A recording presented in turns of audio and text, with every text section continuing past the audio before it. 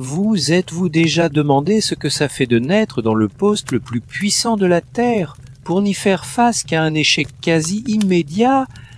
Comme, avant même de savoir marcher, vous auriez déjà gâché vos devoirs divins.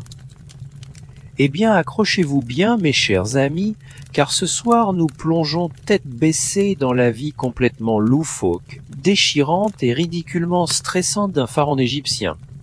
Oubliez vos galères de PDJ, vos dettes étudiantes ou ce dîner de famille gênant. Imaginez être responsable du lever du soleil, épouser votre sœur et vérifier constamment vos vins pour le poison, tout cela avant votre première tasse de café.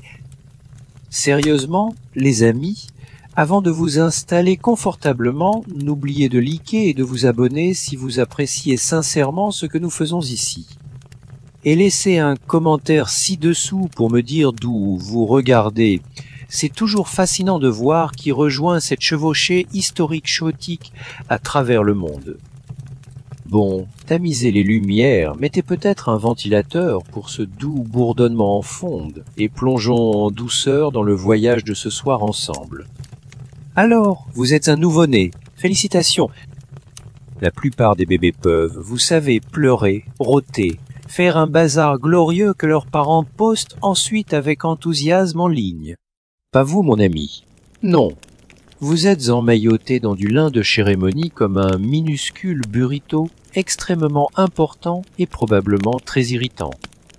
Des prêtres avec un héliné étrangement impeccable vous inspectent, cherchant probablement une tache de naissance en forme d'ancre ou quelque chose d'aussi profond. Et puis, vous êtes déclaré l'incarnation physique d'Horus, dieu de la royauté. Vous n'êtes pas qu'un bébé, vous êtes un événement politique à part entière, avec des prophéties sinistres, des séances d'observation des étoiles où des sages louchissent le ciel, et peut-être même une vache sacrée qui meugle juste pour vous.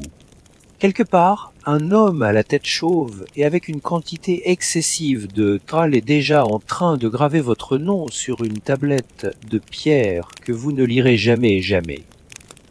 Dès votre premier souffle, tout le monde autour de vous est dans un état de légère panique.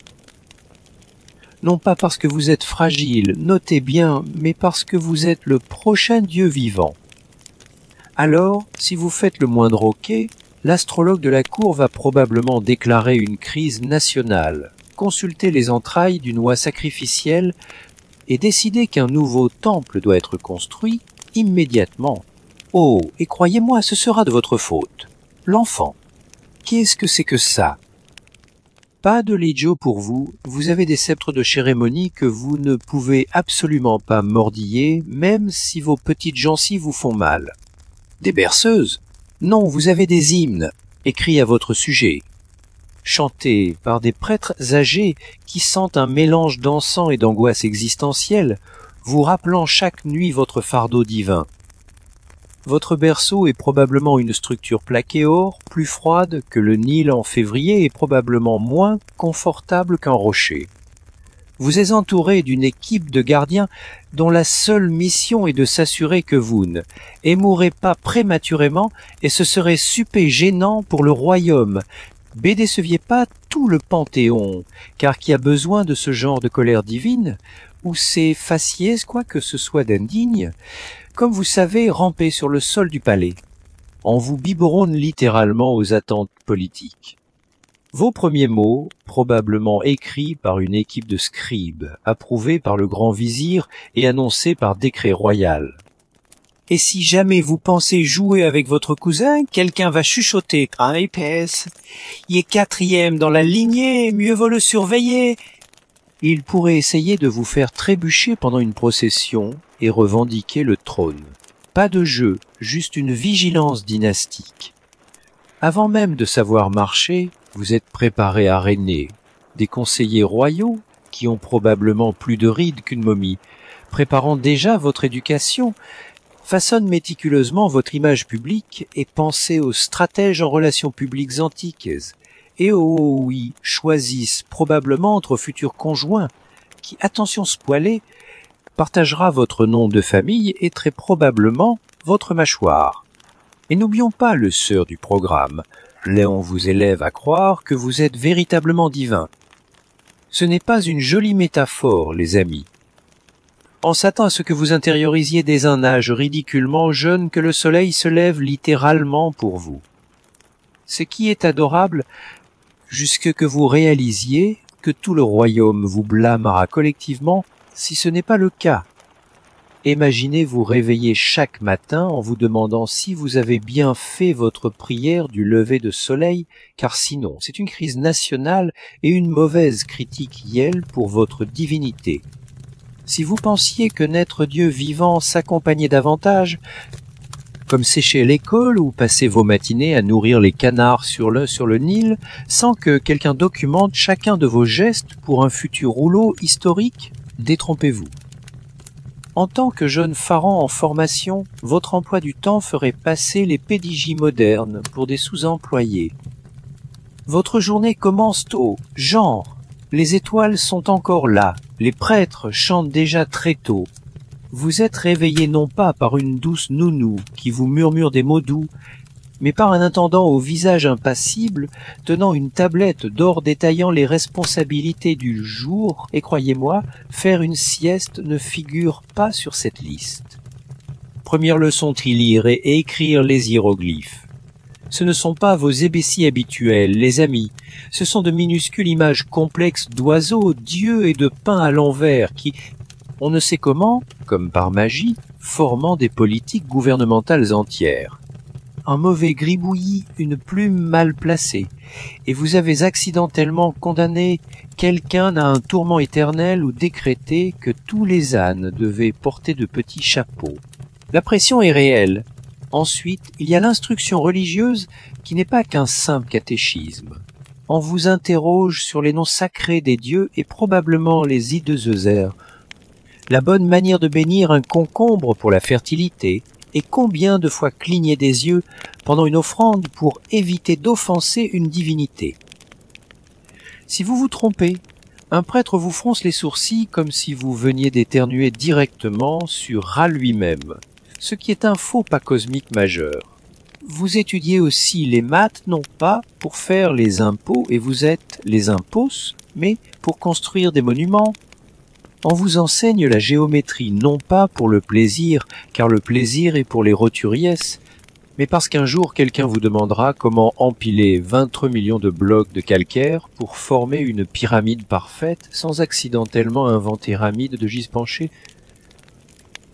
Oh, et n'oubliez pas l'art oratoire. Vous devrez prononcer des discours devant des foules qui pensent littéralement que vous contrôlez la météo. Il n'y a pas d'improvisation possible lorsque vos paroles pourraient être interprétées comme une instruction divine. Dites la mauvaise chose, comme peut-être moins d'inondations du Nil cette année, et soudain les prix des céréales s'effondrent. Et vous vous retrouvez face à une famine que vous pouvez causer à vous seul avec vos réflexions désinvoltes. Vient ensuite la stratégie militaire. Vous avez 5 ans. Vous n'avez même jamais jeté une pierre avec colère à votre cousin agaçant, mais on s'attend maintenant à ce que vous connaissiez les formations de bataille, les techniques complexes de traversée de rivières, et comment mentionner avec désinvolture frapper les Nubiens dans une conversation polie. La philosophie, vous n'en avez pas. Au lieu de cela, on vous enseigne comment maintenir l'amas, l'équilibre cosmique sacré, ce qui semble incroyablement poétique jusqu'à ce que vous réalisiez que cela signifie s'assurer que les récoltes poussent, que les criminels ne se rebellent pas et que personne n'insulte les dieux pendant la saison des crues. En gros, vous êtes le concierge personnel de l'univers, nettoyant constamment des désordres cosmiques que vous n'avez même pas causés. Tout cela se déroule sous les yeux hyper-vigilants de tuteurs qui sont à la fois des enseignants, des informateurs rapportant chacun de vos mouvements à la cour, et des crises d'angoisse ambulantes à eux seuls. La fin de la journée, votre petite tête royale est pleine de symboles, d'horaires rigides, de lois sacrées archaïques, et juste assez de paranoïa politique pour vous empêcher de dormir, vous demandant lequel de vos sceptres dorés t'en fait un minuscule dispositif de suivi. Dans la plupart des enfances, vos amis sont les enfants qui, partageant des collations, des jouets et un désir mutuel d'éviter les devoirs. Mais quand vous êtes le futur pharaon, vos amis ressemblent davantage à des ennemis potentiels enveloppés dans de coûteuses tuniques de lin, chacun avec part ambitieux qui leur souffle dans le cou. Chaque enfant avec qui vous interagissez est une variable politique, une alliance potentielle ou un futur rival. Ce garçon joyeux qui vous fait la course à travers les jardins du palais, oh, c'est le fils du grand prêtre, probablement déjà en train de pratiquer sa technique de révérence, celui qui gagne toujours aux jeux de société, le neveu d'un général, probablement en train de secrètement cartographier vos faiblesses. Et la fille à qui vous aimez parler, parce qu'elle semble vaguement normale, déjà fiancée à votre cousin pour la stabilité dynastique, probablement avant même qu'elle ne perde sa première dent. Vous n'êtes pas entouré d'amis, vous êtes entouré de gens avec des titres, des lignées et des parents très nerveux qui calculent constamment l'ascension sociale de leur famille. Tout le monde se comporte bien, mais seulement parce que vous êtes considérés comme sacrés et que leurs carrières entières, sans parler de leur vie même, dépendent littéralement de votre faveur. Ce n'est pas de l'amitié, c'est du réseautage antique hyper avancé avec des enjeux incroyablement élevés. Même vos tuteurs rapportent votre comportement. Avez-vous montré des signes d'indépendance? Celle est aussi subtilement menaçant pour l'ordre établi. Avez-vous remis en question les rituels, même un tant soit peu? Pas excel, et potentiellement hérétique, exigeant une sévère leçon sur la piété divine. Avez-vous demandé si votre cousin pouvait être arrêté de vous fixer pendant le déjeuner? Alarmant, et certainement inscrit dans le rouleau comme un signe potentiel de favoritisme ou pire, d'une faction politique naissante. L'intimité, qu'est-ce que c'est que ça? N'existe tout simplement pas. Vous ne pouvez pas vous faufiler pour un moment de plaisir, car le plaisir est un comportement hautement suspect pour un être divin. Si vous disparaître pendant tes minutes, quelqu'un alerte la garde du palais qui lance probablement une opération de recherche à grande échelle.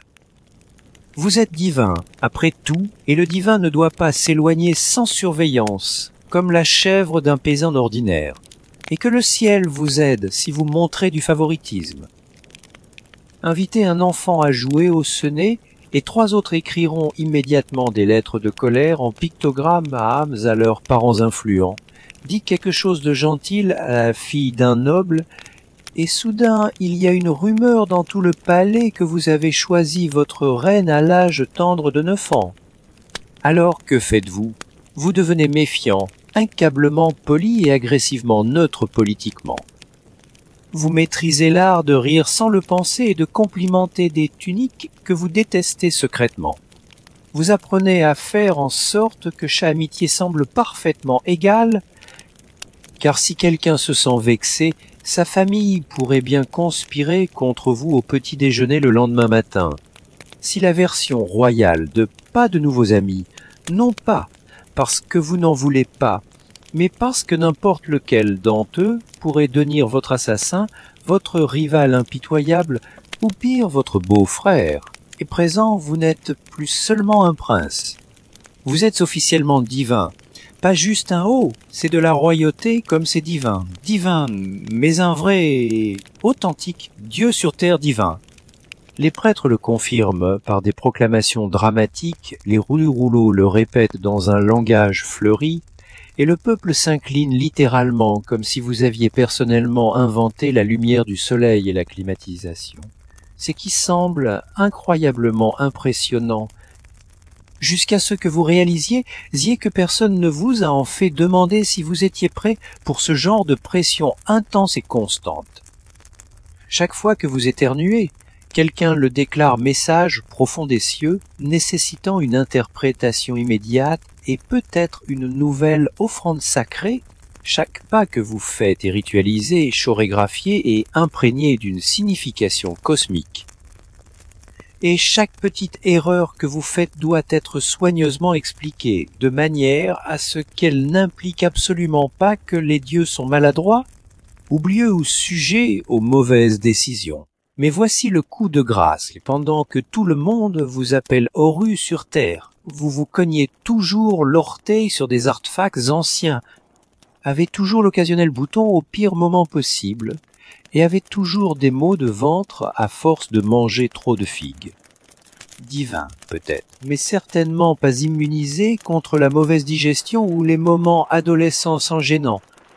Contradiction et stupéfiante. On vous enseigne que vous êtes tout-puissant, capable de déplacer des montagnes, pourtant vous ne pouvez pas quitter le palais sans 5 gardes costauds, 3 prêtres exagérément dramatiques et une procession de chars complète. Vous êtes censé contrôler les crues du puissant Nil, la sève même de l'Égypte, mais si vous trébuchez sur un chat du palais, quelqu'un commence immédiatement à murmurer des mauvais présages et un destin imminent. On s'attend également à ce que vous mainteniez méticuleusement l'amas, l'équilibre divin du cosmos. Cela semble poétique et profondément spirituel jusqu'à ce que vous réalisiez que cela signifie que vous êtes personnellement blâmé s'il y a une sécheresse, une émeute sur le marché ou même une récolte d'orge légèrement décevante. Et bien sûr, il y a des rituels constants, épuisants, incroyablement spécifiques. Vous devez parler en phrases divines spéciales qui sonnent probablement comme d'anciens virelangues. Vous mangez de la nourriture sanctifiée qui a un goût étrangement similaire à de la bouillie fade. Vous participez à des cérémonies interminables où vous devez faire semblant de vaincre le mal en utilisant des accessoires et des objets dorés ridiculement lourds, tout en transpirant abondamment dans une tunique en lin qui n'offre aucune respirabilité. C'est comme une représentation théâtrale communautaire perpétuelle, à enjeux élevés, où le public et tout le royaume et les dieux sont les critiques les plus sévères. Un privé, vous pourriez ressentir un doute accablant, un profond ennui ou juste l'envie désespérée de commander une pizza. Mais vous ne pouvez pas dire cela, pas même à votre ami faux le plus proche, car dire honnêtement « je ne suis pas sûr d'être un dieu » est le moyen le plus rapide de provoquer une crise théologique, de déstabiliser tout le royaume ou pire, d'être remplacé par un cousin plus enthousiaste qui, lui, absolument su d'être un dieu. Alors vous souriez, vous bénissez des statues avec une expression exercée et sereine. Vous saluez depuis les balcons jusqu'à ce que votre bras vous fasse mal. Et vous vous demandez silencieusement combien de pharaons, avant vous aussi secrètement détesté ce travail et voulaient juste une vie normale, comme naître un très bon potier. Car voici la vérité crue, l'être, un dieu n'était pas libérateur, c'était une performance à temps plein, sous haute pression, avec des conséquences littéralement éternelles. On s'attendait à ce que vous soyez parfait, mystique, céleste absolument sans défaut, même les jours où tout ce que vous vouliez vraiment était de manger une grenade en paix, sans être observé par une douzaine de scribes empressés précaires à enregistrer chacune de vos mastications. Et personne ne vous prévient que plus on vous élève, plus la solitude est grande au sommet de la montagne de l'attente divine. Il n'y a que vous, votre énorme couronne et le poids écrasant de la responsabilité cosmique. Alors la puberté est arrivée. Votre voix mue en plein milieu d'une bénédiction. Votre corps change de toutes les manières les plus gênantes.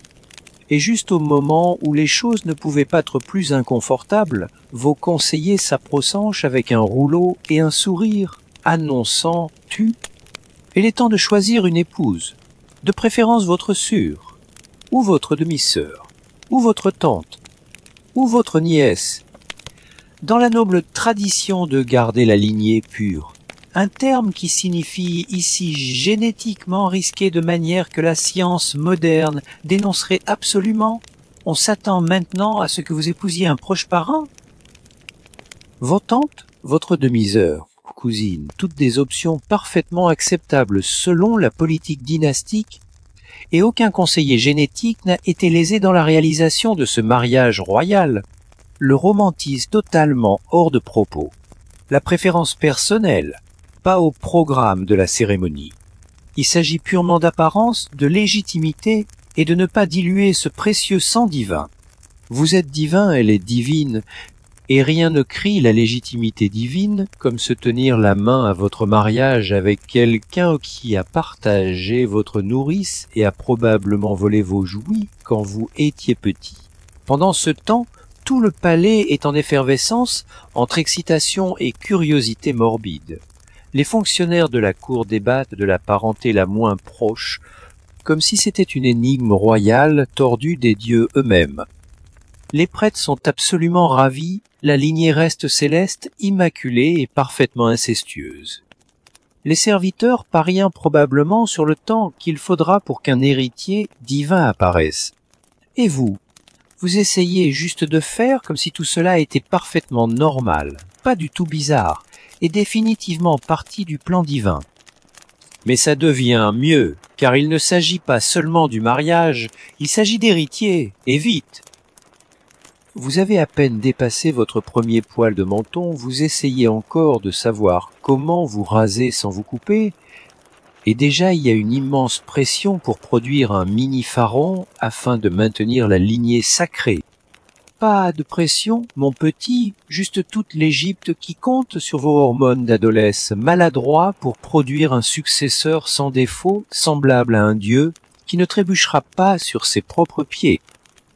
Et pendant que tout ce drame biologique et politique se déroule, on s'attend à ce que vous restiez calme, absolument composé et parfaitement cérémoniel. Car vous n'êtes pas qu'un mari, vous êtes un symbole vivant d'ordre, de fertilité et de pouvoir cosmique divin, surtout pendant ces rituels élaborés où vous êtes exhibé avec votre nouvelle épouse, qui, pour vous le rappeler encore, peut aussi être votre nièce, rendant les réunions de famille incroyablement confuses. En privé, vous pourriez ressentir un profond dégoût, une confusion totale, ou juste le besoin accablant de fuir dans le vaste désert vide et de crier dans une dune de sable jusqu'à ce que votre voix vous lâche. Mais exprimer cela vous ferait paraître instable, indigne d'un pharaon, et vous ferait probablement remplacer par ce cousin légèrement plus enthousiaste.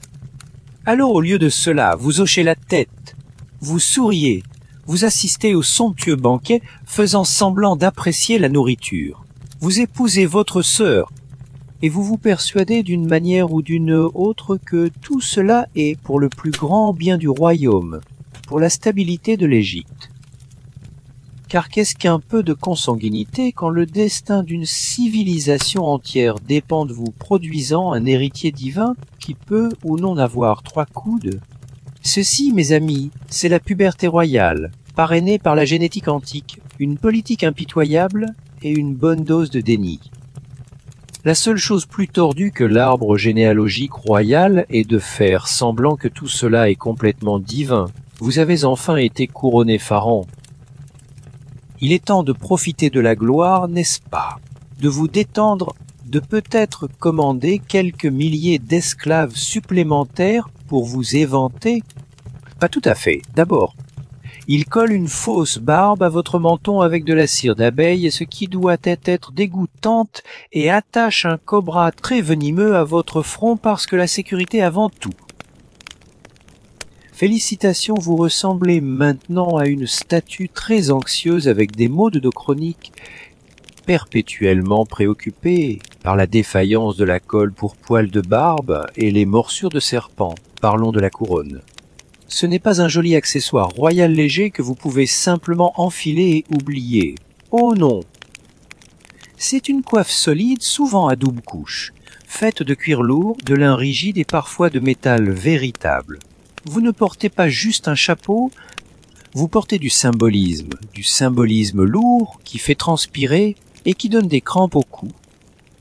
Et vous devez rester debout pendant des heures en la portant, généralement sous le soleil égyptien brûlant, pendant que des prêtres psalmodient des choses profondément profondes et probablement très ennuyeuses à votre oreille sur l'univers, le tout dépendant de votre posture parfaitement maintenue.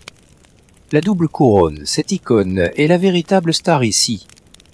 Elle combine la couronne rouge de Basse-Égypte avec la couronne blanche de Haut-Égypte, signifiant que vous régnez littéralement sur tout, du delta à la première cataracte, si beau en théorie et absolument terrible pour votre cou.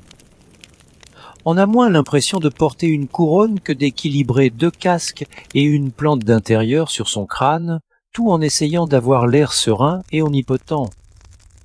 Viennent ensuite le long kilt blanc de cérémonie et qui est essentiellement une jupe glorifiée, des écharpes en peau de léopard et vrai léopard, probablement, des plastrons dorés et lourds et non respirants, tout fait pour impressionner les dieux et écraser totalement vos articulations.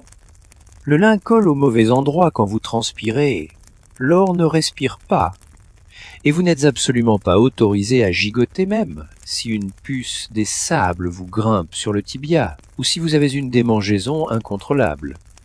Et les sandales? Oubliez le confort, elles sont purement décoratives. Ce sont essentiellement des tons en papyrus qui n'offrent aucun soutien de la voûte plantaire et vous rappellent constamment que le style dans l'Égypte ancienne est venu bien avant la circulation ou la podologie. Mais voici le clou du spectacle et rien de tout cela n'est facultatif. Vous devez paraître divin. Pas divin comme à l'aise sur un char en menant l'armée. On parle de divin sculpté en divinité éternelle pour la postérité. Même si vous transpirez à grosses gouttes, que l'or vous irrite et que vous essayez désespérément de ne pas vous évanouir dans le Nil à cause d'un coup de chaleur, chaque tenue que vous portez, chaque couleur que vous choisissez, chaque plume qui dépasse maladroitement de votre coiffe a de profondes implications cosmiques. Le mauvais symbole pourrait offenser un dieu et invoquer une invasion de sauterelles. La mauvaise couleur pourrait signaler une instabilité politique ou une guerre civile imminente. Le mauvais ourlet pourrait accidentellement invoquer une famine ou faire mystérieusement tarir le Nil. Aucune pression du tout. Vous faites maintenant officiellement partie d'une déclaration de mode séculaire faite pour les dieux, non pour la flexibilité, la circulation de l'air ou le confort humain de base. Et la seule chose plus épuisante que de régner sur l'Égypte est de le faire en portant un kilo d'apparat spirituel et en faisant semblant que rien ne gratte, ne frotte, ou ne ressemble à une minuscule prison dorée. Votre trône est peut-être fait d'or pur, étincelant et majestueux, mais laissez-moi vous assurer qu'il n'est pas ergonomique. Et la seule chose plus lourde que la couronne sur votre tête est l'attente écrasante de l'âme, que la portiez comme si vous vous amusiez réellement. Itrephaaron s'accompagnait d'un pouvoir illimité, certes, mais aussi d'une responsabilité illimitée. Vous étiez vénéré comme un dieu vivant, absolument, mais au moindre problème, tout le royaume vous regardait droit dans les yeux comme si vous aviez personnellement débranché le Nil. Trop de pluie. Clairement, Pharaon est déséquilibré et néglige ses devoirs. Pas assez de pluie, les dieux doivent punir Pharaon pour une offense divine. Les récoltes qui échouent. C'est entièrement de votre faute, mon ami. Et si quelqu'un se cognait l'orteil sur une marche de temple? Eh bien, c'était probablement parce que vous aviez fâché Basté en éternuant de la mauvaise manière lors du rituel de la semaine dernière. C'est un peu comme être un informaticien médiéval pour tout le cosmos. Vous étiez le chef d'État, le chef de la religion et le chef de la maintenance cosmique. Si le soleil ne se levait pas correctement un matin, les gens ne supposaient pas une mauvaise météo ou un événement astrologique unique. Ils supposaient que vous aviez oublié de prier assez fort, ou peut-être maudit le dieu soleil, rat en vous brossant les dents. Vous n'aviez qu'un seul travail, faire fonctionner l'univers en douceur, comme une machine bien milée. Le problème, vous n'aviez absolument aucune idée de comment faire cela en réalité. Et à cause de votre statut divin, vous ne pouviez absolument pas admettre votre ignorance. Je ne sais pas pourquoi il y a une invasion de grenouilles. Les amis, peut-être qu'elles aiment juste beaucoup l'Égypte, n'était pas une réponse valable.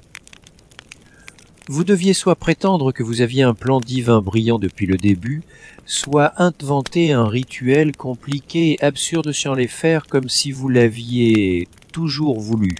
Même vos rêves étaient de la propriété publique, une source de surveillance publique incessante. Si vous faisiez un mauvais rêve, comme, par exemple, vous rêviez d'avoir perdu vos tons de cérémonie, vos astrologues de la cour se réuniraient immédiatement, gribouilleraient furieusement sur du papyrus et déclareraient probablement qu'un nouveau temple devait être construit immédiatement pour protéger l'Égypte de vos anxiétés subconscientes.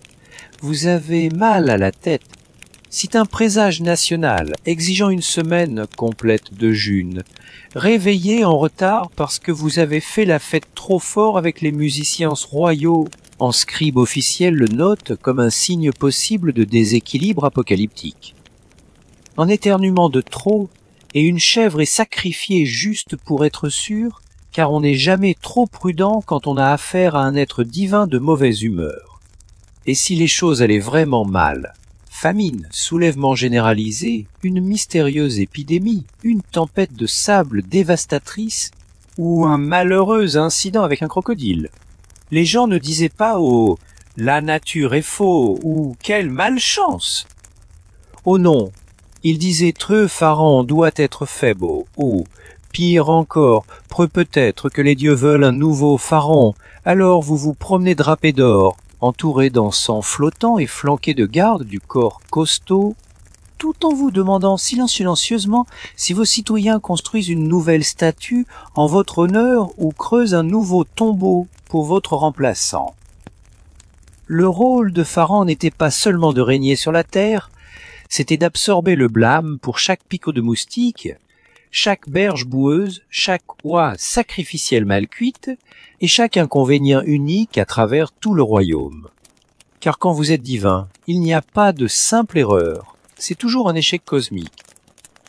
Alors, la prochaine fois que vous stressez à cause de votre travail, souvenez-vous du Pharaon.